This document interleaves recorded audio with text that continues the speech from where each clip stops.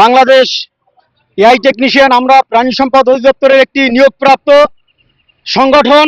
আমরা আমাদেরকে সরকার বিগত 30 বছর আগ থেকে সরকার নিয়োগ দিয়ে বিনা পারিশ্রমিকে বিনা বেতনে গবাদি পশুর জাত উন্নয়ন করে বাংলাদেশের মাংস এবং দুধের চাহিদা সম্পন্ন করতেছে এবং বিদেশে পর্যন্ত আমাদের মাংস রপ্তানি হচ্ছে।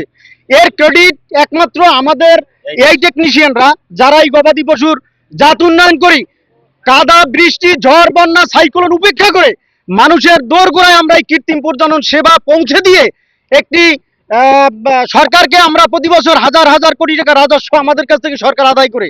সরকার আসে, সরকার যায়, কিন্তু আমাদের ভাগ্যের কোনো পরিবর্তন হয় না। আমাদের কোনো বেতন ভাতা কোনো সরকার দিচ্ছে না। তাই আমরা এই মানবতার জীবনযাপন আর করতে চাই না।